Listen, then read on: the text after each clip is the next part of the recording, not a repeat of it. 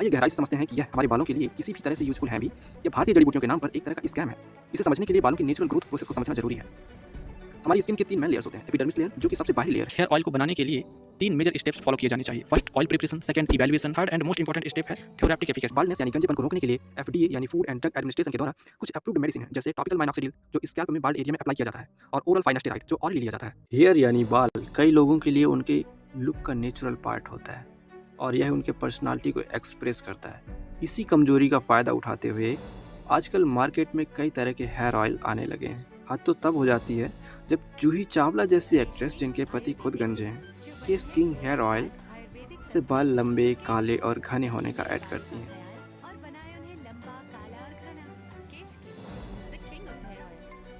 ऐसा ही एक hair oil है आदिवासी हेयर ऑयल, जिससे प्रोडक्ट यह दावा करते हैं कि इनका उपयोग बालों का झड़ना रोक सकता है, बालों को काला कर सकता है और हेयर ग्रोथ को बढ़ा सकता है। साथ ही जिनकी दाढ़ी में बाल नहीं आते, उनकी दाढ़ी में बाल भी आ सकते हैं। लेकिन क्या सच में यह ऑयल हमारे बालों की इन समस्याओं को सॉल्व कर सकता है? आइए गहराई से समझते हैं कि यह हमारे बालों के लिए किसी भी तरह से यूजफुल है भी या भारतीय जड़ी बूटियों के नाम पर एक तरह का स्कैम है। इसे समझने के लिए बालों की नेचुरल ग्रोथ प्रोसेस को समझना जरूरी है। हमारी स्किन के 3 मेन लेयर्स होते हैं। एपिडर्मिस लेयर जो कि सबसे बाहरी लेयर है, जो हमें विजिबल होती है। इसके बाद डर्मिस लेयर और फिर हाइपोडर्मिस लेयर, जिसे सबक्यूटिस लेयर भी कहते हैं। हेयर इन्हीं 3 लेयर्स के बीच होता है। प्रत्येक हेयर में एक हेयर शाफ्ट और एक हेयर रूट होता है। शाफ्ट बाल का वह हिस्सा है जो स्किन से बाहर दिखाई देता है। बाल की रूट स्किन के अंदर होती है और स्किन की गहरी लेयर्स यानी हाइपोडर्मिक या सबक्यूटिस लेयर तक जाती है। बाल हेयर फॉलिकल से घिरा होता है। हेयर फॉलिकल हेयर का एक कवर होता है जो इसे उगने के लिए एसेंशियल एनवायरनमेंट प्रोवाइड करता है। हेयर फॉलिकल हमारी बॉडी में जन्म से ही मौजूद होते हैं। हेयर फॉलिकल से सेबेसियस ग्लैंड जुड़ी होती है, जो एक तरह का ऑयल डिस्चार्ज करते हैं ताकि हमारी स्किन ड्राई ना होने पाए। प्रत्येक हेयर फॉलिकल एक छोटे मसल्स यानी अरेक्टर पिली से जुड़ा होता है, जो बाल को खड़ा कर सकता है। जब हमें ठंड या डर महसूस होता है तो यह अरेक्टर पिली मसल्स में कंट्रैक्शन होती है, जिससे बाल स्ट्रेट हो जाता है। हेयर फॉलिकल से नर्व जुड़ी होती हैं, जो बाल की हलचल को महसूस करती हैं और सबसे हल्की हवा को भी डिटेक्ट कर सकती हैं। बाल की रूट के बेस पर बाल की रूट एक गोल हेयर बल्ब में फैली होती है। हेयर बल्ब के अंदर हेयर पापिला पाया जाता है, जो बाल की रूट को ब्लड की सप्लाई करता है, जिससे हेयर को न्यूट्रिएंट्स मिलते हैं और बाल की ग्रोथ होती है।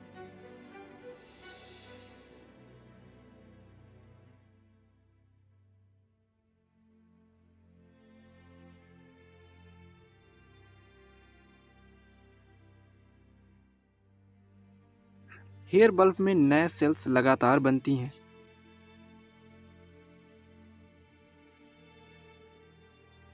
ये सेल्स आपस में चिपककर हार्ड हो जाती हैं।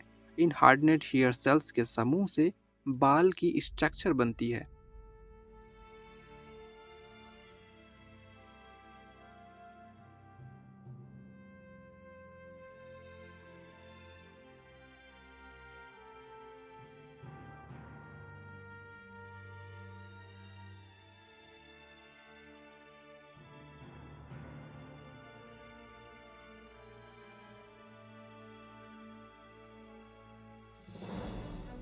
हेयर लॉस में बाल कंटिन्यूअसली रेस्टिंग फेज में एंटर करते हैं और फिर गिर जाते हैं, इसलिए हम कॉन्स्टेंटली बाल खोते रहते हैं।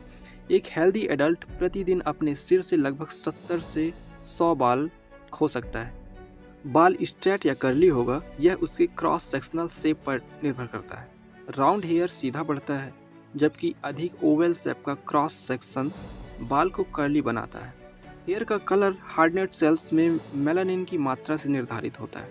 यह व्यक्ति से व्यक्ति में बहुत वैरी कर सकता है और एज के साथ चेंज होता रहता है। जैसे जैसे लोग बूढ़े होते हैं, मेलानिन की मात्रा कम होती जाती है और बाल के अंदर एयर ट्रैप हो जाती है, जिससे बाल का कलर खो जाता है और वाइट हो जाता है। हेयर ग्रोथ साइकिल बाल के उगने से लेकर झड़ने तक की प्रोसेस 3 फेजेस में पूरी होती है। एनाजेन फेज यानी ग्रोथ फेज, कैटाजेन फेज यानी ट्रांजिशनल फेज या शॉर्ट पीरियड फेज और टेलोजन फेज यानी रेस्टिंग फेज। जब तक हेयर बल्ब में नए हेयर सेल्स ग्रो होती रहती हैं, इसे एनाजन फेज या ग्रोथ फेज कहते हैं।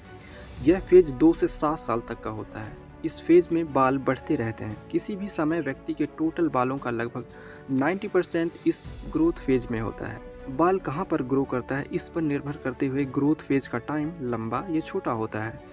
उदाहरण के लिए सिर के बाल का ग्रोथ फेज कई वर्षों तक चल सकता है, इसलिए यह बिना कटाए 1 मीटर से अधिक लंबा हो सकता है। आई लैसेस, आईब्रोज, नेजल हेयर और ईयर हेयर का ग्रोथ फेज बहुत छोटा होता है, केवल 100 से 150 डेज का, इसलिए वे ज़्यादा लंबे नहीं हो सकते। ग्रोथ फेज के एंड में बाल की रूट पापिला से अलग हो जाती है। फिर एक ट्रांजिशनल फेज शुरू होता है जिसे कैटाजन फेज कहते हैं, जो लगभग 2 से 4 वीक्स तक रहता है। जब बाल पूरी तरह से पापिला से अलग हो जाता है तो ब्लड सप्लाई कट ऑफ हो जाती है और फाइनल रेस्टिंग फेज में चली जाती है, जिसे टेलोजन फेज भी कहते हैं। बाल धीरे धीरे स्किन से बाहर निकलता है और इवेंचुअली गिर जाता है। रेस्टिंग फेज कई मंथ तक चल सकता है। फिर एम्प्टी हेयर फॉलिकल्स के बेस पर नए हेयर सेल्स ग्रो होने लगते हैं और हेयर ग्रोथ साइकिल फिर से शुरू होता है। इस तरह से हमारे बाल ग्रो करते हैं। ओवरऑल कहें तो हमारे बाल तभी नेचुरल तरीके से ग्रो कर पाएंगे जब हम एक healthy diet and routine follow करें, क्योंकि तभी हेयर फॉलिकल्स में मौजूद हेयर पापिला को ब्लड की सप्लाई होगी एंड एसेंशियल न्यूट्रिएंट्स मिल पाएंगे।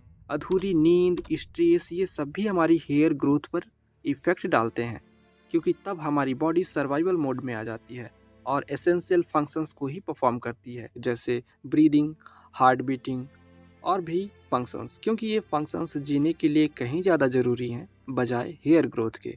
इसलिए हमारे बाल बेजान से दिखने लगते हैं। लेकिन क्योंकि नए बाल हमेशा ग्रो होते हैं और उनकी जगह लेते रहते हैं, तो हमें इस नेचुरल हेयर लॉस का कोई इफेक्ट नहीं दिखता। हेयर लॉस की रेट तब बढ़ सकती है जब ग्रोथ फेज के दौरान हेयर रूट्स डैमेज हो जाती हैं या एक साथ बहुत से बाल रेस्टिंग फेज में चले जाते हैं। अगर कोई नया बाल नहीं ग्रो होता और उसकी जगह नहीं लेता तो वह स्किन का हिस्सा बाल्ड यानी गंजा हो जाता है। इस प्रकार के बाल झड़ने को एलोफीजिया कहा जाता है। कुछ टाइप्स के एलोफीजिया में बाल वापस आ सकते हैं, लेकिन बाल्डनेस परमानेंट भी हो सकता है, जैसे पुरुषों में ग्रेजुअल हेयर लॉस। इसे मेल एंड्रोजेनेटिक एलोफीजिया या शॉर्ट में MAA कहा जाता है। MAA में एनाजन फेज यानी ग्रोथ फेज प्रत्येक हेयर साइकिल के बाद घट जाता है, जबकि टेलोजन फेज यानी रेस्टिंग फेज या तो कांस्टेंट रहता है या बढ़ जाता है, जिसे एनाजन फेज ड्यूरेशन यानी ग्रोथ फेज 2 से 7 साल तक के बजाय इतना कम हो जाता है कि बाल स्किन के बाहर ही नहीं निकल पाता और रेस्टिंग फेज यानी फॉलिंग फेज में आ जाता है।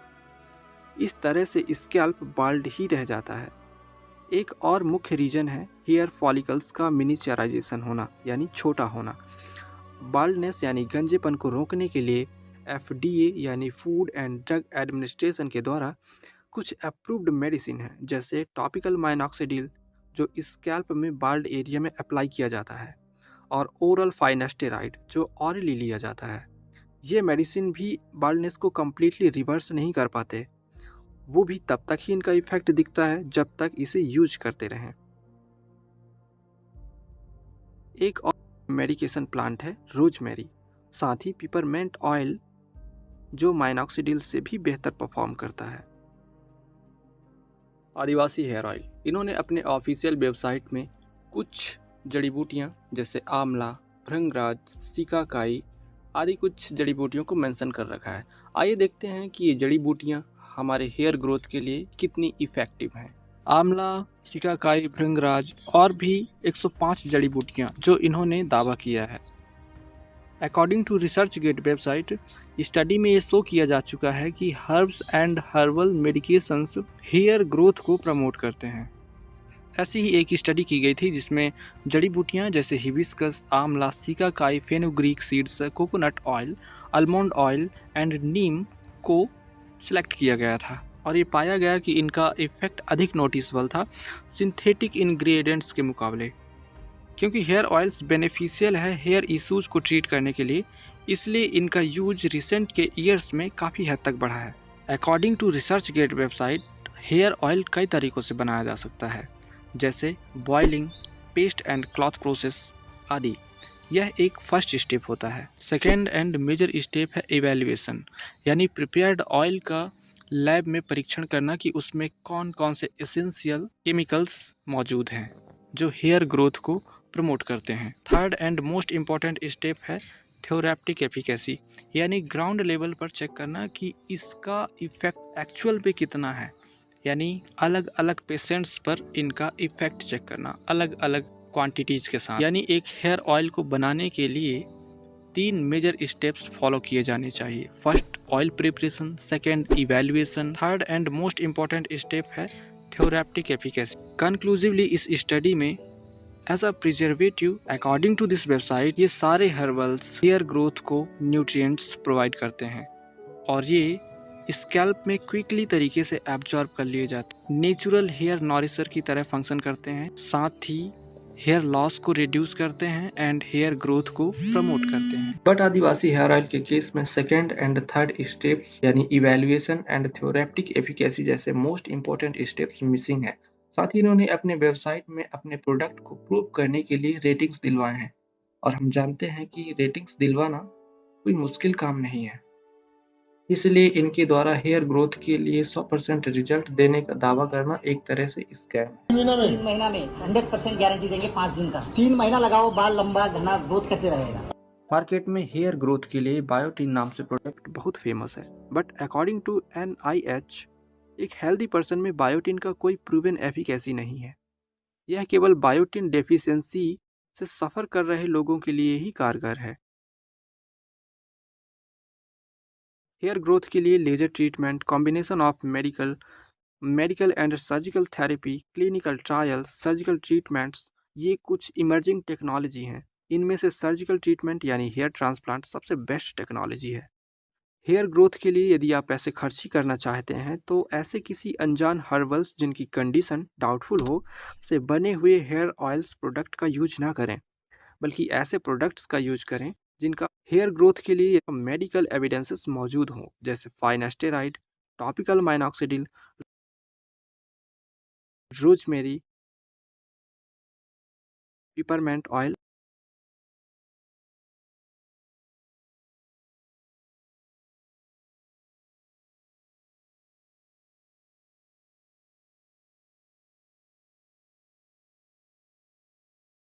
ETC इन्हें यूज करने से पहले डॉक्टर से कंसल्ट जरूर करें। फिर मिलते हैं किसी नए वीडियो में, तब तक के लिए धन्यवाद।